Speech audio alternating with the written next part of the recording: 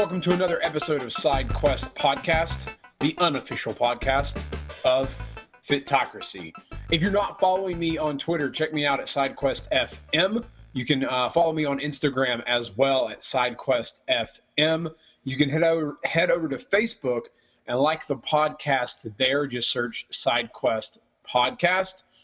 And then the biggest favor I can ask of you is head over to iTunes, search SideQuest Podcast, hit subscribe, and leave a review. When you do that, it moves us up the charts so that more people can see, without having to scroll all the way down page by page by page, the awesome, amazing guests that I have on the show each and every week. Or you can head over to the website at sidequestfitness.com/podcast and listen to the show there, as well as check out the articles I have posted up there. You can also check out my fitness page on Facebook, SideQuest Fitness, as well, if you are interested. I have a great guest for you today. He has some really cool arm tattoos that I can see in the video. But he is a fat loss coach. He coaches on Fitocracy as well. But he is the man behind the Fat Loss Inferno. So we're going to talk a little bit about burning that fat away that you might be trying to get rid of, or at least prevent from accumulating this winter. As we get closer to winter is coming, let me bulk up and eat all the carbs because it's cold and I want to keep warm. But the one and the only Mitch Heaslip. Did I pronounce the right last name? Hey, yeah, it's actually up for debate. There's a little bit of a family feud over that. I say Heaslip. Heaslip? People say Heaslip. Yeah, I say Heaslip, but I don't know if it's right or not. Tomato, potato. Exactly. Potato. Sweet potato, that is. Sweet potato. Sweet potato doesn't sound, I don't know. It sounds too classy for me. Yeah. Too classy. I'll keep it less classy. But Mitch, welcome to the show. For people who don't know about you or anything about you, how did you get into all of this? Were you a former athlete, or were you, like many people, a former fat kid who just decided enough was enough and found a love for the weight room and became a coach? Well, for me, I remember when I was in high school, when you're doing all these tests in high school about what your career should be. And, I just had this fantasy, imagine if I could just teach people about training and working out. I was a basketball player in high school and college, and I loved to train for the sports, and I loved to train as a 16-year-old boy. I loved to train to look good as well. You know what I mean? Yeah. So, so I remember thinking how awesome it would be to actually be able to work in this field. And it was almost kind of like a fantasy. I didn't think it was a real thing. This is back in a day when everyone's talking about careers and pensions and stuff like that. And, but yeah, I just went for it. I started out as a personal trainer when I was 19 in a club called Good Life Fitness. It's a chain club up in Canada. And and basically I was an ex-athlete. I loved basketball, and I just transitioned right into training, and it was just my passion just continued on into lifting weights, and in-person training is what I did for about 6 years, and before the online thing became even like a possibility, or at least I was aware of it, and and kind of headed in that direction as well. So now I'm doing both. Like you said, Fitocracy has been awesome. I'm running Fat Loss Inferno on Fitocracy, so shout out the Fat Loss Inferno group. If you hear this, you will hear this because I'll send you the link. And and so that's basically where I'm basing my online coaching out of currently. All right, cool. So I got to ask, because as a former basketball player, I'm assuming you look like you might be a tall guy. What position did you play? Yeah, I played like a power forward spot. All right. But what I wanted to be, I was out on the wing. Even if I wasn't supposed to be, I was out on the wing shooting threes. I wanted to be cool like the guards. So. Well, yeah. Who didn't? I was stuck with being a point guard.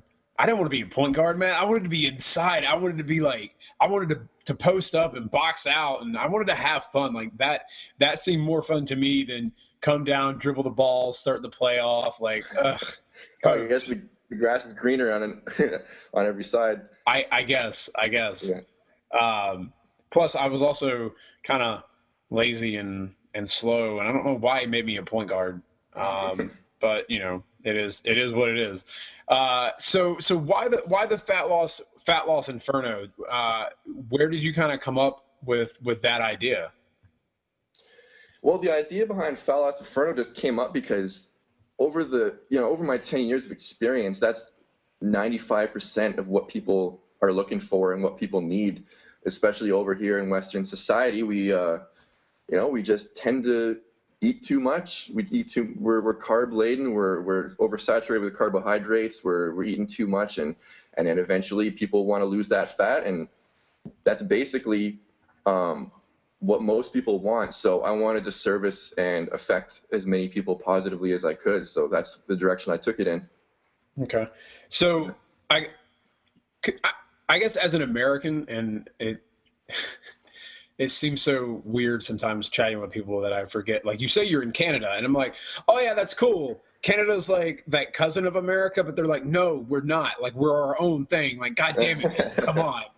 But I gotta say, like, you guys in the last couple of years have just been killing it in almost everything except for Nickelback. So thanks, guys, for that one.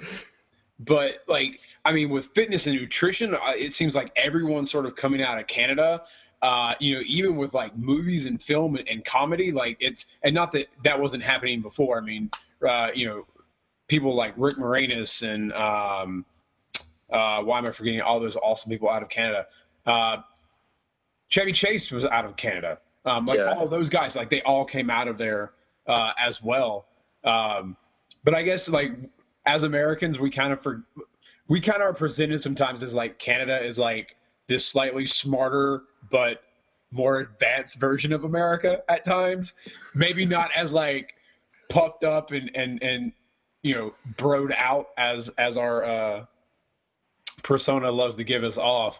But I mean, how are you like as a coach and how is it as a country? How are you guys sort of trying to fight the obesity epidemic? Are you guys also just as much as everyone? I mean, now with the internet, are you overladen with, carbs are bad or this is bad or fad diet here, fat, like, I don't know, because I just know from our media. I know your media is a little bit different. Oh yeah. I'm actually in Texas right now. I live in Texas for the past year. Well, yeah. That I did not know. Yeah. Well, I mean, I've only been here a year, so I'm still very, very much Canadian, if you can't tell by how I'm talking. But in Canada, the media is very different, but it differs politically more than anything. I can't watch. It's still messed up. The media is still messed up in Canada. It's just maybe not as messed up. Maybe, but you're kind of right in your assessment that we're kind of like the cousin of America, because we do, you do set the trend and Canada will follow. We have our own beer and hockey culture, but right. I mean, aside from that, our media is very much American, and we may be a little bit behind in the obesity, but that's just because we don't have states like, we don't have that Cajun deep Southern fried type of culture. So I mean, we're right up there with you, just a half step behind, but we're on the way. So it's very much the same issues as you face down in America with obesity, with food. Like I said, the food travels. We mimic the food. We have we just have our own kind of thing too. We have poutine. I don't know if you guys know what poutine is, or if you've heard of that. Basically, it's French fries with beef gravy and cheese curds. Mm-hmm. That's our thing. So we have our struggles as well. That poutine is, oh man, why are fats and carbs so good? Why are they so tasty? Put them together and it's out of this world. Yeah, it's crazy, out of this world. So you have a great article, and I wanted to ask a question about it. And you wrote it just a little while ago here this summer, called "Get Out of Your Own Way and Crush Your Goals." Mm-hmm. So what goal have you had to like really get out of your own way, or do you really struggle with like being like, Mitch, get out of the way, just stop thinking, just do it? Oh boy, what do you struggle with? Oh, every goal that I've ever set, I struggle with that. And I mean, a lot of sometimes sometimes these articles are something that I need. And if I need them, then there's probably other people that need them. It's not always an external observation. Sometimes it's an internal observation and just assuming there's going to be someone else that can help as well. But I'm an overthinker.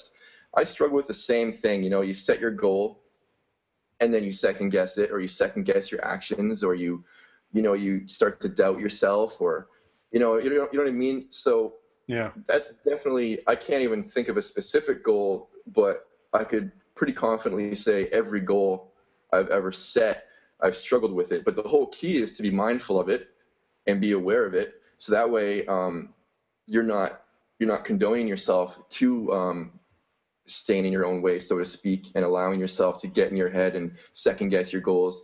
And then you can get yourself back on track and focus on your daily execution, because that's what really matters. It's not, once the goal is established, it's all about executing this tiny, minute steps on a daily basis, which are going to get you to that goal.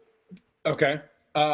Do you have, so what are some tiny things that you try and do every day that help benefit you in achieving the goal, that maybe you kind of tell your clients, or maybe you haven't really told your clients, and maybe it's something that you think is a little weird, but you do it anyways and it works for you? Like what tiny little things do you do that help you achieve your goal? Like fitness specific goals? No, fitness specific, business specific, whether it's getting up and being like, you know what, I make my bed. I get a win by making my bed. I would do that, but my wife would be asleep, and then she'd be like, what are you doing? I'm covering you up. I'm covering you up. I love you, covers. Like, I don't know. What little things do you do that really help push you further? Yeah, I'll give you a weird one. Or maybe it's not so weird, but it's a little bit weird. In the shower, because that's the first thing I do when I wake up, is like run to the shower, because that's going to wake me up and get me in gear. Yeah. Basically, I find the shower, because you have nothing to do but just be under the water. And if you're like me, you probably sit there for about 5-10 minutes before you even do anything. So you're standing under the water, and I find this is kind of where you dictate your attitude for the day. So just be, whenever you first wake up, whenever I first wake up, I'm in the shower, I am very diligent in dictating what attitude I'm going to choose for that day. So it's either going to be, oh man, you're going to think about all this stuff you have to do, or why this isn't fair, or that's not fair, or you're going to choose the attitude to be grateful to have the opportunity to do these things, or the opportunity to take this challenge and impose your will on it, and think of your workday as like an opportunity to do something better today than you did yesterday. So it's just all about selecting your attitude before you even do anything, and it makes a huge difference. Otherwise, whatever attitude you adopt first thing in the morning, that's pretty much, you just selected the theme for your day. Actually, that's a really, that's a lot better than what I do in the shower. Usually it's just like,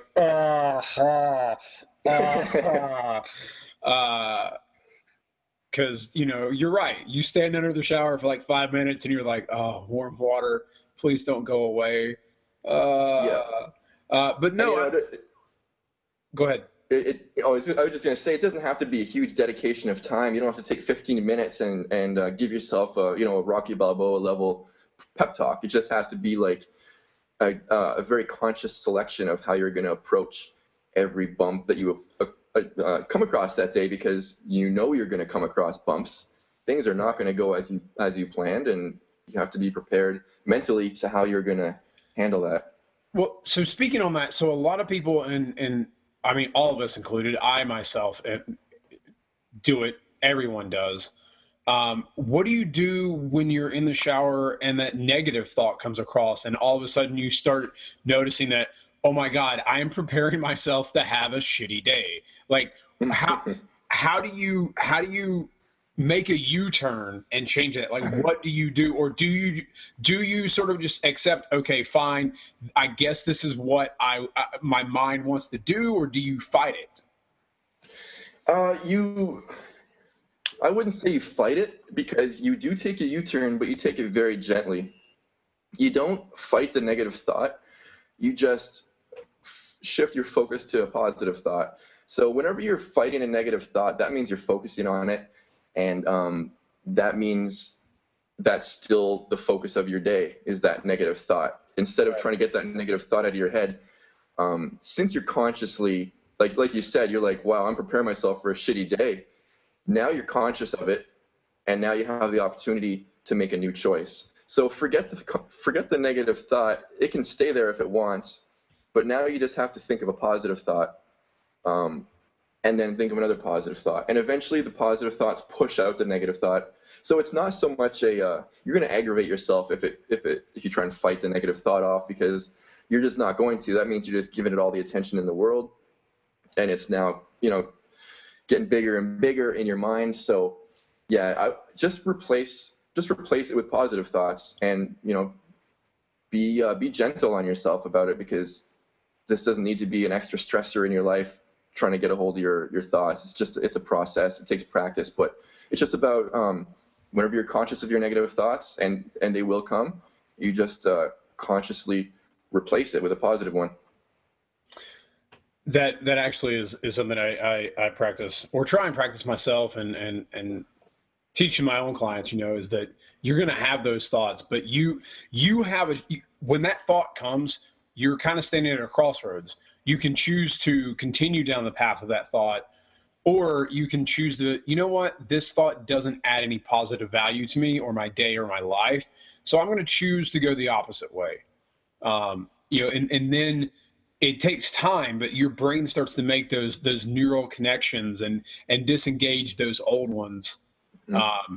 And it's tough.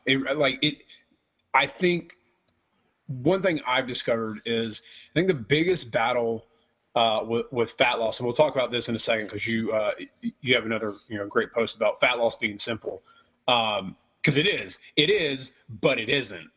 Because I think the hardest thing is we have to fight ourselves. Yep. We can go to the gym, like we know we should eat better, we know what we should eat, but we have to fight those chemicals in our brain that our brain has become so dependent upon, and it really just becomes a battle of you versus yourself. Absolutely. 100%. Yeah, that's actually I like your perspective on that negative thought too, is it pops up and it's small and weak right now, but you can just choose to let it die off and burn out, right where it is, or you can choose to fuel it. But yeah, you're absolutely right about fat loss. There's nothing really that complex about it. Now, you can totally geek out on nutrition and training. Oh yeah, I mean, and I think that is and I admit, running the boot camps that I had ran this summer, people would come up to you and they want to speak to you. And one of the things I learned, and I'm writing a post about this, is they don't care. They just want an answer. They want a one sentence answer. But I want to geek out because I'm like, but I know all this stuff and I read it, and it's like Christmas and I'm like the 64 kid and I got a 64 and I want to tell you all about it. But it really is that simple. But for those of us like you and I and other coaches that listen to this, or other people out there, we geek out on data, and we geek out on well, this can hack it and this can do that and that can do that. But really, people just want the most simple plan. So if you could wrap up, your approach to fat loss, and I'm sure it's pretty simple to mostly everyone else's, but what is your one sentence for fat loss that you tell clients when you take them on? Well, one sentence. Wow, I don't know if I could wrap it up into a sentence. But basically, it is very simple. And okay, well, I mean, yeah, one sentence. It's you have to burn more than you consume. Okay. Or not? Yeah, and that's fat loss.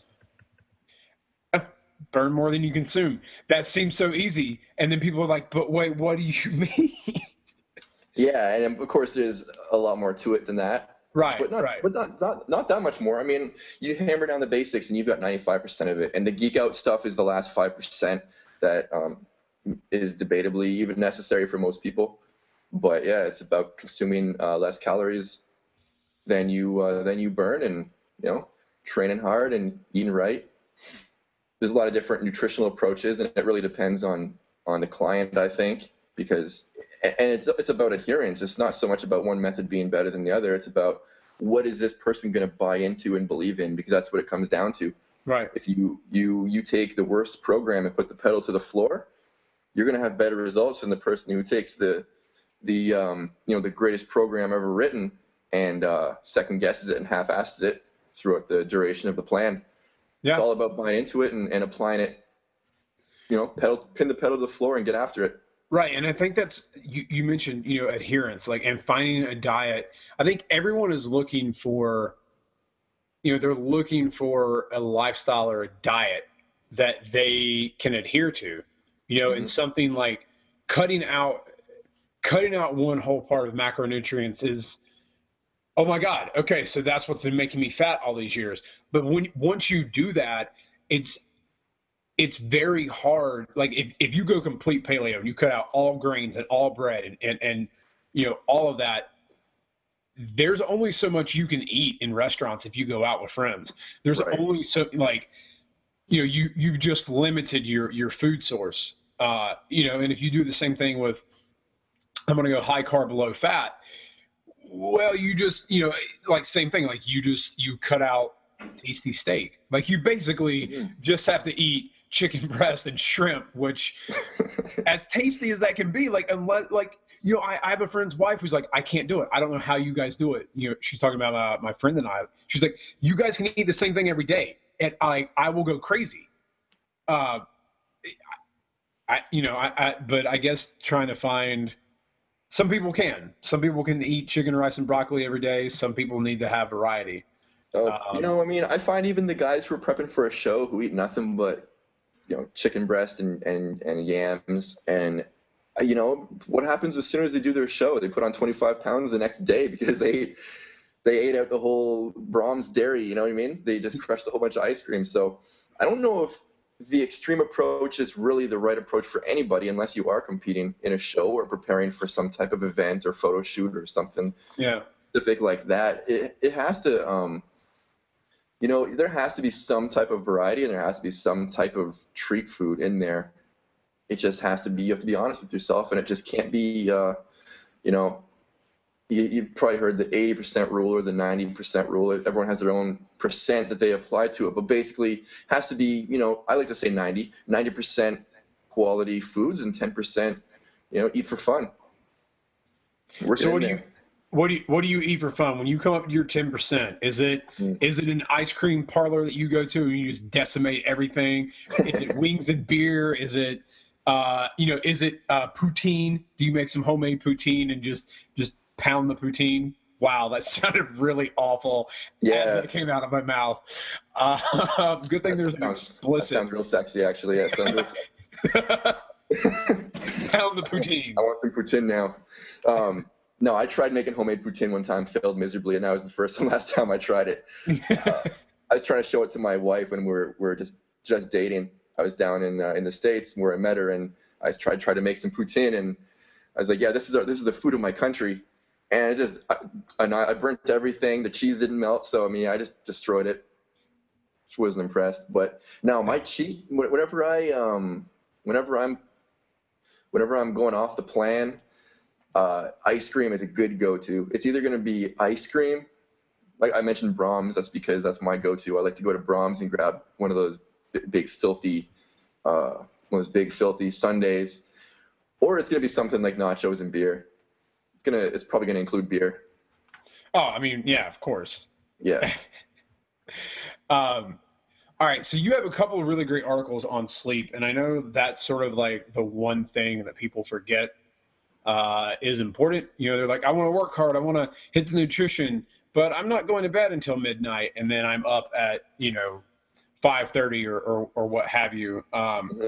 So what are do you have any tips or tricks or things you do to get yourself to bed earlier, to keep you from being distracted from sleep, that you kind of share with your clients, or maybe you don't, you just something you naturally do that you have always done? Yeah, when this is actually one of those articles that I wrote because it's something that I would struggle with, and it's not so much about struggling with making a decision to go to sleep. I think it's like most people, there's just some nights where you're ready to go to sleep, and then you lay down, and now it's like, wait a minute, I have to solve every problem in the world right now. I'm gonna save the world before I go to sleep. So yeah, that's I know there's a lot of people that struggle with that as well, and that's something that I struggle with. So sleep being as important as it is, even without getting into like the hormones and everything like that, you talk about performance, like you said, like you want to go hard in the gym, you want to go hard at your job, you want to have room and time to spend time with your family and make the most out of it, but you're not resting adequately, then you're gonna lose out on all that stuff. Also, you talk about nutrition, decision making. Whenever you're tired and fatigued, your ability to make quality decisions goes right out the window.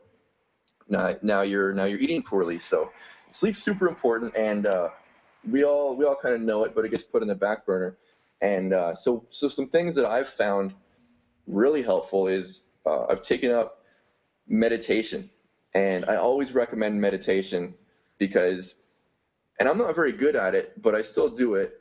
And it's the reason I recommend meditation is because it teaches you how to actually consciously calm your mind down, which is the issue with falling asleep. Whenever you're not able to sleep, your mind is basically like a TV flicking channels at an uncontrollable rate, and you're just thoughts running through your head like a train that you're not really driving. So meditation will teach you how to quiet that down, slow it down, and to the point where your mind can actually go completely blank and you can actually allow your body to rest, because your body's going to respond to your thoughts, and if your body's responding to your thoughts, then you're not going to be sleeping. Yeah. So that's my biggest recommendation for sleep. That's one that's helped me the most, and it's helped a lot of my clients the most. Do you meditate before bed? Do you meditate first thing in the morning? Do you like middle of the day?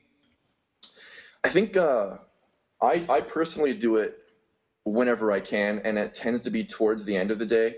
But I really believe, even if you did it first thing in the morning, I really believe it's going to positively affect your sleep. Because even if the effects of that meditation don't carry on throughout the day, you meditate, now you have a stressful day, and then you try and sleep, you're still learning and practicing to calm your mind down. So you can take those skills and apply them to going to sleep. Yeah, no, that's actually a really good point. I suck at meditating as well. And I have this, I'll do it for a while and then I stop, and then I'll do it for a while and then I stop, and then I don't do it for a while, and then I'm like, oh, I should do that meditating thing again. Yeah, I mean, there's some really good YouTube videos if you find you're sitting down and meditating and your mind just will not calm down. I find if you're listening to someone guide you through it, then your mind is less likely to jump around on you. So I mean, just YouTube some good meditation videos and try them out. Yeah, and this is what I would suggest to anyone as well who might be sort of on the fence about it. Get Headspace or even Calm or those YouTube videos. But once you feel like you have, after, let's say maybe after 5 days, and you feel like you have a decent understanding of what to do, get outside. Go sit in nature, go sit in a forest, go on the beach at something. Like getting outside and then focusing on your breathing, like all of a sudden meditating, just like you feel it a lot more. At least I do.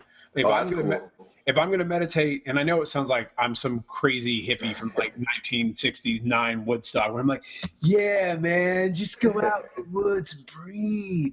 But it does, because you hear the birds, you don't hear, the noises of your neighborhood. You don't hear your kids running around, or you don't hear your wife calling you. Like, you're able to get out, and it's sort of like you're able to sort of be in this bubble. And for me, it works. And then when I open my eyes, sometimes it just feels, God, I sound like a hippie. It feels like the world is a little brighter. Like the sun is a little warmer, I guess. I don't know. I know that sounds crazy, but I think getting out in nature and doing that is good occasionally. And it helps. Oh, that's awesome advice, man. And I know what you're talking about when you say the sun's a little brighter, and I think that's just the awareness of we're getting real hippie-ish right now, but I think that's just the awareness of the moment. You know what I mean? Like, instead of, you're not thinking about what you have to do in the future, and you're not regretting what you did in the past. You're just kind of right there where you should be. So I think I know what you're talking about, but that's awesome advice. I haven't actually done that. Yeah, it's definitely, I've done it a couple mornings before boot camps, and I did a meditation session on the beach during sunrise. It was you know, it was nice. And then I did it on top of a mountain in Acadian National Park, and then I got lost for 2 hours. So I don't know if that was any good, but it did. It felt good. My mind felt clear. And all I got to say is the week after I got back, I wrote more for my blog and more, like I spent more time writing and was inspired and came up with more ideas than I have had in the last month. Wow, that's amazing. Yeah, so I will attribute it to that, but again, that's causation, correlation, whatever. I'm gonna say that it was the meditating on top of a mountain. Also, on top of a mountain, you have less oxygen, so maybe there's that as well. But yeah, the mountains have always sort of been my go-to getaway when I need to clear my mind. Anyways, but that's very cool. Let's talk a little food prep, because you have a great food prep section on your site. I love prepping food. I try and hammer it home to my clients that if there's only one thing that I can ask you to do, only one thing when it comes to nutrition and it comes to your diet, is plan your meals out for the week. And if you know you're going to have chicken 2 nights a week, throw it in a crock pot and let it cook. You don't have to do any work.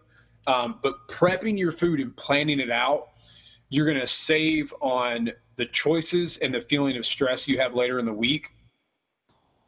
There's really not much to do on a Sunday evening or Sunday afternoon that you can't do it, or even early on a Saturday morning, or when you're sitting at lunch at work. Just write down what you're going to eat, for next week, and just plan it out. And then prep it. Of course, if you're doing meat, you can prep your salads a couple days ahead of time if you want. And then if you got a rice cooker, you got your rice, if that's what you want to do. I don't really like prepping sweet potatoes ahead of time. I just microwave them for like 12 minutes and then eat them. Yeah. But that's just me. So what is the craziest meal idea for your food prep that you came up with that after, and let's say you had it for a couple of days that week, but after eating it the first time, you were like, oh God, this is awful. Like, what's the craziest meal that you were like, this is going to be awesome, and it wasn't? You know what? I'm actually not too crazy with my food preps, to be honest with you. I am extremely basic, and if you see anything cool on my Pinterest board, that's because my wife is a food prep machine. So I don't think we've had a real flop yet, and maybe that's just because I love to eat everything. So you'd be hard pressed to find something that I'm not gonna eat anyways. I think, you know what? I can't think of anything specific, but there might have been something that had some ingredients that half of them had to be warmed up and half of them really shouldn't have been warmed up. So whenever you're at work and you warm it up, it ended up being awful. I can't remember what it was, but I'm a very basic food prep type guy. And I'm like you said, the crock pot, it will be your best friend. Oh yeah. Yeah. So I don't have anything. I'm a bit boring with my food preps, but thankfully my wife can come up with some really cool stuff for that Pinterest board and the website. So that's where that all comes from. Well, the wives, I got to admit, mine spends a lot of time on Pinterest, and I'm like, honey, we already have 60 recipes in a folder. We don't need another 15 to choose from. I like the barbecue pineapple chicken tacos. Can't we just eat those all week? Oh, yes, we can eat all right, awesome. At least I win that one. Exactly. But, speaking of, and I think this is something I've never really covered with anyone, who has a significant other or maybe a girlfriend that lives with them, someone that it's more than just you prepping your meals, or more than you following your macros and counting all of this while you're on a diet. Are there any, how do you and your wife, when your goal is like, all right, I got to get ripped, it's beach season, I got to get hot, and she's like, I mean, you're kind of okay, I don't really whatever. How do you work together as a team to keep the meal prep when she's, when you're going hardcore and she's kind of comfortable where she is? Are there any tips or tricks you give to people when it comes to working with a significant other? Yeah. See, I'm pretty lucky in that regard that, she's always aware of what my current goal is, and if she's prepping some food that I can't necessarily squeeze into the diet, I always will just prep my own food. My go-to is just chicken breast in the crock pot with some broth and some spices, and worst case scenario or quickest case scenario, throw some frozen vegetables in with it, not in with it, but as a meal, and there you go. So worst case scenario, if I really have to tighten the screws and hammer down on my diet, I have my go-tos and I will prepare my own food. And that's my biggest advice. And that's a common excuse that I'm sure we all encounter as coaches is, well, my kids don't like this and my husband doesn't like that and he won't eat this. And so you feel like you feel like you have to eat the same food as everyone else is going to be eating. And that's just not the case. At some point, you have to take responsibility for what you put in your mouth. And if your wife or husband doesn't buy the groceries that you need, then you have to go and buy your own groceries. Make a 20-minute sweep through the grocery store and pick them up. You have to prepare your own foods. And because you're food prepping, right? Yeah. It's easy. You just cook it all at the same time. So that is a common excuse, but the thing with food is that food is sacred and it's the hardest thing to change. It's like we were talking about earlier. It's very simple, but for some reason, just mentally, emotionally, it's just very difficult to change. And I think dealing with a significant other or children is an excuse to lean on. But at the end of the day, you're very capable of buying and cooking your own food as well. Yeah, you are, and it's very tough because food is. It brought cultures together. It brought families together. Like it was a thing that you would sit down and share a meal with someone. That's why like that scene, now granted it happened in real life, but like the Red Wedding, like a wedding was a big meal. Like you don't kill someone, while they're having a meal with you, like that is, the biggest no-no you could make. So for a lot of people it's tough to be like, what, I fixed this for you and the kids, but I have to have this. And I think if anyone is listening and you struggle with that, I think it's something that,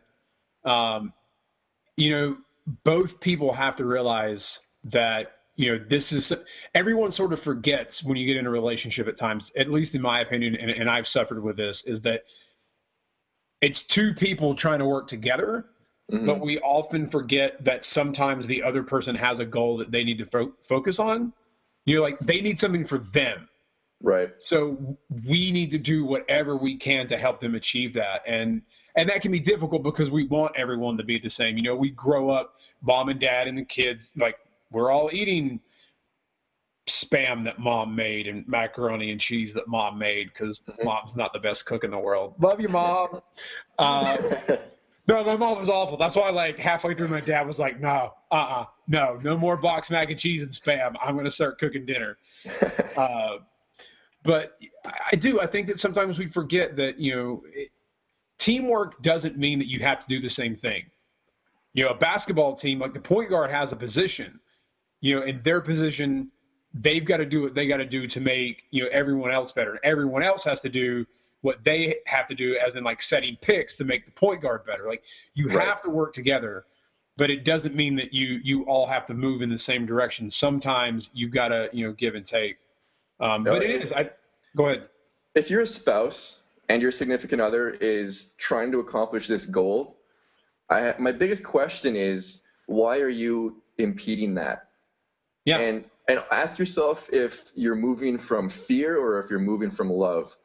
And I'll answer that for you. You're moving from fear, and you have to step out of the way. You have to let them grow. You have to let them improve themselves. There's nothing to be afraid of. And that's an obstacle that if you are trying to accomplish a goal and your significant other is blatantly impeding you, enabling your old behaviors and making it very difficult on purpose for you to accomplish your goal, that's something I have empathy for. I have a lot of sympathy for that, because that is a tough scenario to change your eating habits whenever you're actually being sabotaged at home. And that is tough. But at the same time, I mean, it's one of those things, to break it down to its simplest terms, you just have to you just have to prepare your own food and buy your own food in that case, and power through it. But that is an unfortunate situation, and you're absolutely right in what you're talking about.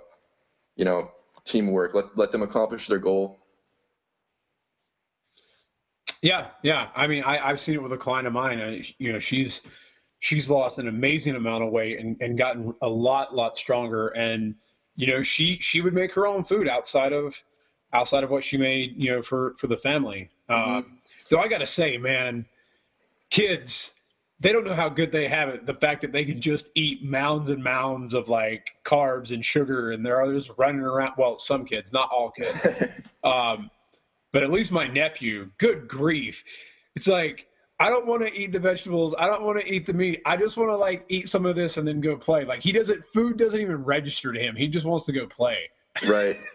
Well, this is an awesome opportunity to teach your kids about eating healthy too. And what the kids want, you know, if the kids aren't given candy and junkier type dinners, then they're eventually not gonna want them. And I'll tell you one thing: they're not going to die of starvation before they eat that healthy meal. So no. I think it's also a great opportunity for them to learn to eat some healthy food, because they are the adults of the future, and you don't want them to suffer from obesity as well. Right. Give them that head start. Yeah, and it's you know, it's pretty tough, you know, because I remember growing up eating pizza all the time and this and that, and but I was pretty active. I mean, when we went over to my friend's house, like we played video games, but we were outside playing basketball as well, or playing football. Like we were doing all of that. We weren't just sitting inside watching people play Minecraft. Right. Which I still don't get, but okay. I'm whatever. I'm 29 now. I'm not going to get it. But yeah, it's tough to teach that. You know, and it's hard to break those habits once we establish them. I mean, I'll be honest, like I love pizza, but if I had the choice, I don't think I would choose to go out and eat pizza. I think I'd rather have tacos. I'm not going to lie. Yeah. You know, like there are foods I'd rather have. And though pizza is good, you know what I'd rather do? I'd rather get like a Thomas bagel, like an everything bagel, and make a bagel pizza, because it's really tasty. Like, yeah. You know, I don't actively want to go eat the Domino's unless it's a Fat Boys Delight. Now that, my friend, from my time working at Domino's, whoo! It's one we made up one night. It's a large thin crust, ranch sauce as the base, chicken kickers as the topping, bacon, regular mozzarella cheese, cheddar cheese, and hot sauce. Oh, that sounds good. Oh yeah. I think, you know, kind of teaching that to the younger generation is very important. And get them in the kitchen. Let them, you know, that's what I told, you know, my sister, you know, let them know how to cook. I mean, don't hand them a sharp knife, but, you know, teaching them how to cook is very, very important, more so than here's how you know, make box macaroni and cheese, because that's all I could tell you how to make as a kid. Like I had to teach myself how to cook, and knowing how to cook, you're going to save so much money, and you're going to make way tastier foods. Oh yeah, that's the thing. I mean, so many people, whenever they're trying to overhaul their nutrition, trying to go from eating out every single meal to food prepping, and that's quite a transition. Oh, so it's a huge transition. Yeah. If you have some cooking skills to back you up, then it's going to make your life so much easier. Yeah. Plus, I mean, the great thing about cooking is, who cares? Like, if it sucks, all right, fine. You eat it. You just kind of chomp it down for that one meal, but then you never have to make it again. You know, like, and you can experiment. Basically, just wrap everything in bacon, and you can't lose. No, you can't. I actually wrapped a pork chop in bacon once. That's right. I wrapped pork in its own self. Yeah. How was that? How did that turn out? Pretty tasty. Not gonna lie. I'm still trying to find that perfect way of like cooking bacon, like slightly on the oven and then wrapping it, and then like it actually coming out sort of crispy and not sort of the way it does. I don't know. Maybe I need to bake it first. I don't know what I got to do. So I'm still trying to figure that out. When you figure it out, you got to write about it, because we're gonna want to know. Oh, of course. All right, so a couple of fun questions, Mitch, that I always enjoy asking. What track is on your workout mix that you would shamefully admit to others you listen to? Shamefully? Shamefully. I don't know. Is it shameful? I'm a big Drake fan. Is that shameful? I don't know, because I mean, he's a little bit of a corny dude, but I have Drake all over all my playlists. Big Drake fan. Other than that, I don't think there's anything too shameful. I listen to hip hop pretty much exclusively, and yeah, probably Drake would be the most shameful, just because he's a little bit, nothing too out there. Nothing wrong with Drake. I mean, I think I feel like when I listen to a lot of his songs, the beats are very similar, and his delivery is very similar. And sometimes I'm like, come on, give me something a little different. Oh, I used to have a lot of Usher in my playlist, even like the slow songs. Yeah, I used to, and that doesn't make any sense. Like, why am I trained to it? It's because I just liked Usher so much back in the day. Yeah. It would make the training playlist every time, so I was like, this is my chance to hear it. So yeah, even some of the Usher, like Loving This Club and all that stuff, yeah, that was on the list. Not anymore, but it was. I mean, he's been replaced by Drake. That's cool though. All right, if you could be any superhero, what superhero would you be?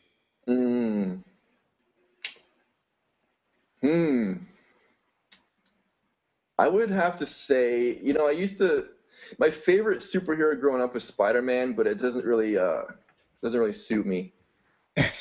I would have to say I like Thor. I like Thor as a character, for a mainstream character. Maybe Wolverine. Yeah, I'm probably more like Thor. Wolverine's a bit more of a badass type than me, but Thor's got the sick physique. Oh yeah. And the sick hair. Yeah, he's got the awesome hair, awesome physique. He's a god, demigod. All that. Yeah, that's the way to go. Yeah, Hemsworth looks ridiculous. Yeah, I'm amazed almost every time he films and then goes to do something else and he's slightly smaller, and I'm like, but your gains, where did all your gains? Yeah, why'd you let your gains go like that? Come on. Yeah. But yeah, I don't think that's happening this time, because he pretty much went from like Avengers 2 right into Ragnarok, so which is gonna be awesome. But we'll see. I don't know. I'm excited to see Ant-Man. We'll see what happens with. Same here. I'm surprised they went with that character, but it's I am too. It's a very interesting. I don't know. I don't know how it will work, but we'll see. I like Paul Rudd. I love Paul Rudd. Mm-hmm. So I hope he pulls it off pretty well. But all right. So I'm assuming you and I are probably within the same age range ish. So I gotta, I gotta ask, and every guy can admit it. And I don't know if growing up in Canada, I'm assuming they were just as big. Backstreet or nsync? No, come on. You didn't listen. Did you like either of them? Okay, come on, admit it. No. You had at least one or two of the songs like on a mixed CD or mixtape that you were listening to that like you were like, no one notice that I'm listening. No, I honestly, I would be dead honest about it. I did not have them on my playlist. They had some catchy songs. Both of them had some catchy songs. And you know what? I guess if I had to pick, I'd say NSYNC, because Justin is badass. Oh, Timberlake is ridiculous. Yeah. Yeah, I mean, I'll purchase a Justin Timberlake album. Oh yeah, 2020 wasn't. I thought Future Sex Love Sounds was fantastic. It was not a 2020 was okay, but it wasn't like, there was some good stuff, but it just didn't have that, like, something about Future Sex Love Sounds just had. I was like, ooh, all right. That's a good album. Like, but I mean, the boy bands, I didn't really. They both had some catchy songs, but I didn't. Well, all right. If one of them comes on at a wedding, which song are you gonna like? Which one would you dance more hardcore to? Probably the Backstreet Boys. Backstreet's Back. Okay. All right. That's what Kia Kadem said as well, and then I put it on my squat mix, and squatting was awesome that day. It was? Oh yeah. I might work it in the mix then. Greg Knuckles said it, and as much as I hate to say it, he might be right. I loaded up some Katy Perry, and dude, squatting to Katy Perry, there's something about I don't know.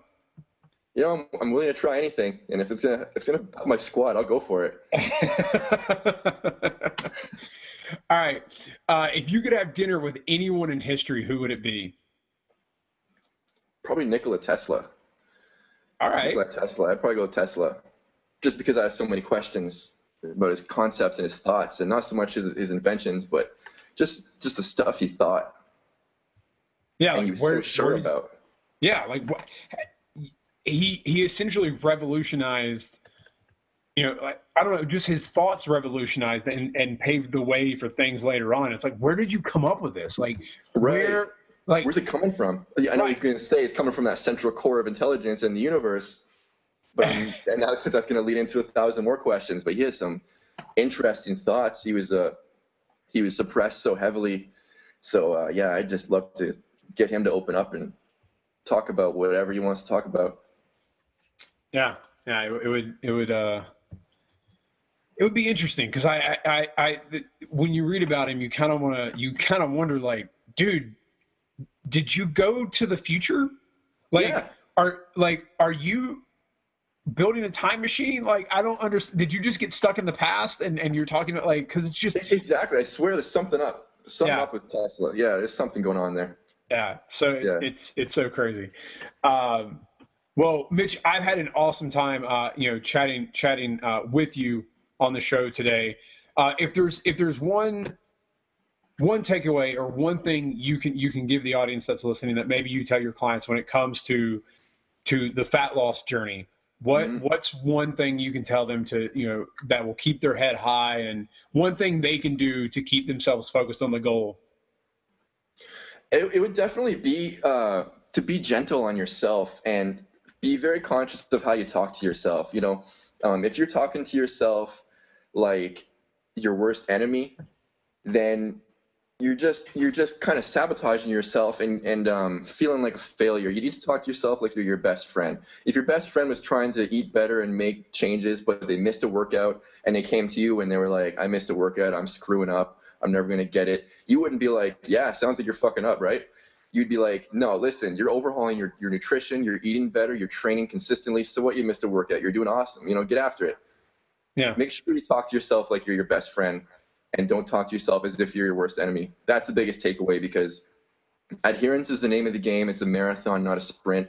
You have to be in this for the long haul. You need to keep it up, keep consistent.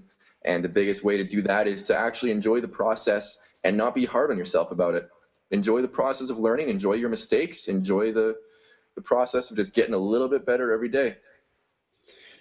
I like that. That's a great takeaway. Talk to yourself as if you're your best friend. And if your best friend would yell at you like that, you might need a new best friend. That's right. Yeah, exactly. But no, I like that. That's a very good way to put it. As we close out the show. But I just thought of one more, and I'll ask. So you mentioned that you moved to Texas and you've been living in Texas. Mm-hmm.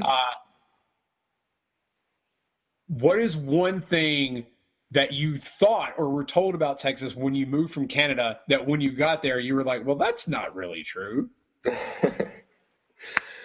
Hard to say, because I came down here a bunch of times before I moved here. Yeah. I'm a certified firefighter as well, and I took my fire training in College Station, Texas. But, we don't really have, we do have misconceptions, just like they do about Canada. I mean, I was asked if we live in igloos. And then, but I mean, and then Canadians ask if everyone rides horses down here, or if everyone has their sidearm visible, revolvers on their hip and cowboy hats. And I live in Dallas, and so maybe that is true in some parts of Texas, but not so much Dallas. So there's misconceptions. I felt like the middleman between Canada and Texas, and explain to the Texans that no, we don't live in igloos and we don't have polar bears walking around, and explaining to the Canadians that no, you don't really see a whole lot of pistols out and cowboys riding horses down the street.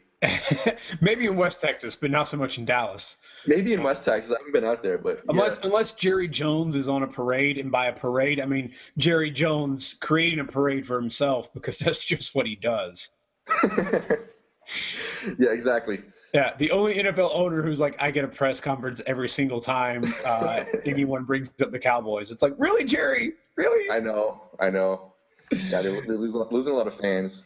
Oh, yeah. But, well, if by losing you mean those fans are leaving Texas and going everywhere else in the world, then yes, they're losing. I swear to God, like a plague of a locust, you could be in Fargo, North Dakota in the middle of June. One guy walks in with a Dallas Cowboys jersey, and all of a sudden there's like 6 more. I'm like, where do you people come from? Seriously? Dude, oh, that's crazy. Like, Cowboys fans are everywhere. I mean, everywhere. Like, you could literally be at you could be in a sports bar on the border of like U.S. and Canada, and I would bet you money that during a day of football, I guarantee you that at least 3 or more Cowboys fans would walk into the restaurant. Oh, that's crazy. It's crazy. Like that's why they call them America's team, because in the 90s they were so popular and everyone just jumped on the bandwagon. The bandwagon's still full, I guess. Yeah. I guess it is. But Mitch, I've had an awesome time. If more people want to know more about you, where can they find you online, on social, or on Fitocracy? Yeah, Fitocracy. My name is Coach Mitch, and the group is Fat Loss Inferno. If you're not a fat loss person, if your goal isn't to lose fat, then I also run a program called Bony to Brawny Maximum Muscle, and that's for those who want to build a bunch of muscle and change the aesthetic of their body. Social, all over social all the time. Facebook.com/Mitch Heaslip Fitness. Twitter, my ad is Mitch Heaslip. That's Heaslip. Instagram, it's Mitch Heaslip. And what else am I on? LinkedIn, Google Plus, it's all the same. YouTube is Mitch Heaslip. So yeah, find me everywhere. Awesome. Well, I will link up the Twitter, the Instagram, the Facebook, Fitocracy, and the YouTube, because you have some great videos out there as well. I appreciate it. So guys, please head over to Mitch at MitchHeaslipFitness.com, as well as on social. Start following him. He has some great tips. He also has some pretty awesome shoulders, not gonna lie. Just from the photos online, he's a big dude. So whether you're trying to add muscle or lose fat, he's a great coach to check out. But Mitch, thank you again for coming on, and I've had an awesome time. Me too, man. It's an honor to be on the show too. I really appreciate you asking me. No problem. I hope you enjoyed that episode with Coach Mitch. If you haven't downloaded my free ebook yet, head over to hero.sidequestfitness.com to download it today and get the 5-step process to unlocking the hero that's inside of you.